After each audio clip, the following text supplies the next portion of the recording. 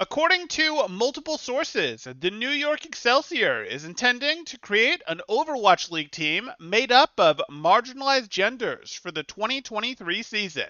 This will be a disaster, but does NYXL realize that? No, of course they don't. Does the community at large realize that? Surprisingly, yes. In fact, let's take a look at some of what the community has to say.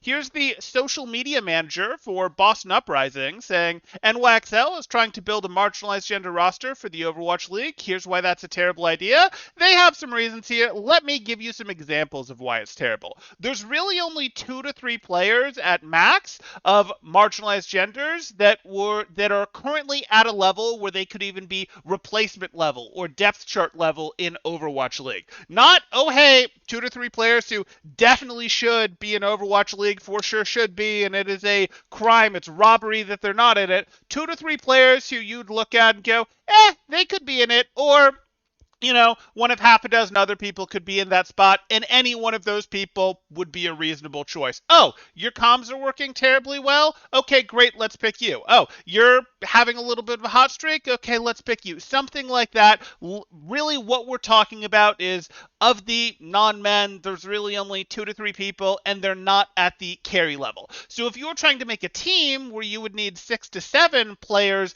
at an Overwatch League level, they're simply not available. You wouldn't have any vets, any veterans on the team to sort of help establish that culture of the level, what needs to happen, etc., to sort of help lead the team in any sort of way when other teams will very much have that. And you wouldn't have any standout players that might be competing for a Rookie of the Year or MVP or anything like that who help send your team up either. This would be a Shanghai Dragons level situation. It really would be, and that would then, of course, invite the blowback from, oh my goodness, this all women or this marginalized gender team has failed spectacularly. This is why women shouldn't play esports. This is why women aren't good at video games, etc., which that's not going to be true, but you're setting them up to fail in this situation. And we have a player, for example, like Aspen, who could probably be one of those 2 to 3 players who might be replacement level or maybe just a little bit below that in Overwatch League. Wouldn't be absolutely wild to see them in the league there. Says, I want to join an Overwatch League team based on skill and not because of my gender.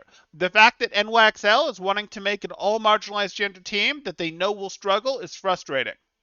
Putting resources into calling all heroes or OD/contenders if you truly want to help. And yeah, that would be the way to help, but they want the viewership. They want to bring that calling all heroes viewership, which they had a few situations where, hey, the viewership on that was better than some of the Overwatch League games. They want to take that viewership and bring it over to the NYXL games. And you'd understand why they want to do that, but it's not going to competitively go terribly well for them. And Aspen realizes that, and Aspen is, again, one of the players who you would probably want on that sort of team there. Then we can go over to Emma, and this is a good example of how deep they have to go to try to get up to the number of players that they need. Emma, she, her, is a former player who's going to say, if you're an OWL team and you think the mediocre contenders player who hasn't played the game since late 2020 and only placed top 4 once is a realistic option for your roster, then I don't know what to tell you.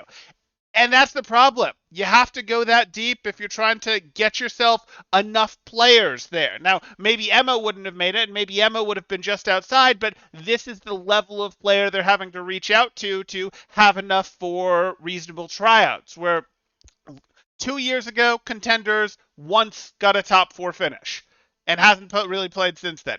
That's a recipe for getting crushed. But what do you guys think? Is there more here that they could make work? Could they go, set it up in a different way? Oh no, there's players that you're not thinking about that they could go get. Let me know what you're thinking, if they should go forward with this, if it'll be good for the viewership, if they'll be hardened by fire and they'll get better faster, and then they'll have wins by the end of it, even though Shanghai Dragons did not manage to get wins by the end of it though. Or is this a situation where, oh no, this absolutely is a disaster, what are they doing? Or you can talk to me about in the comments, what do you think they should be doing? Should they be putting more into calling all heroes? Do they have the resources into putting more into calling all heroes? Or should they just say, hey, no, marginalized genders can go up through OD and contenders just like everyone else? Let me know in the comments down below. If you're enjoying, drop a like, and I'll see you in the next one. Thanks. Temporal out.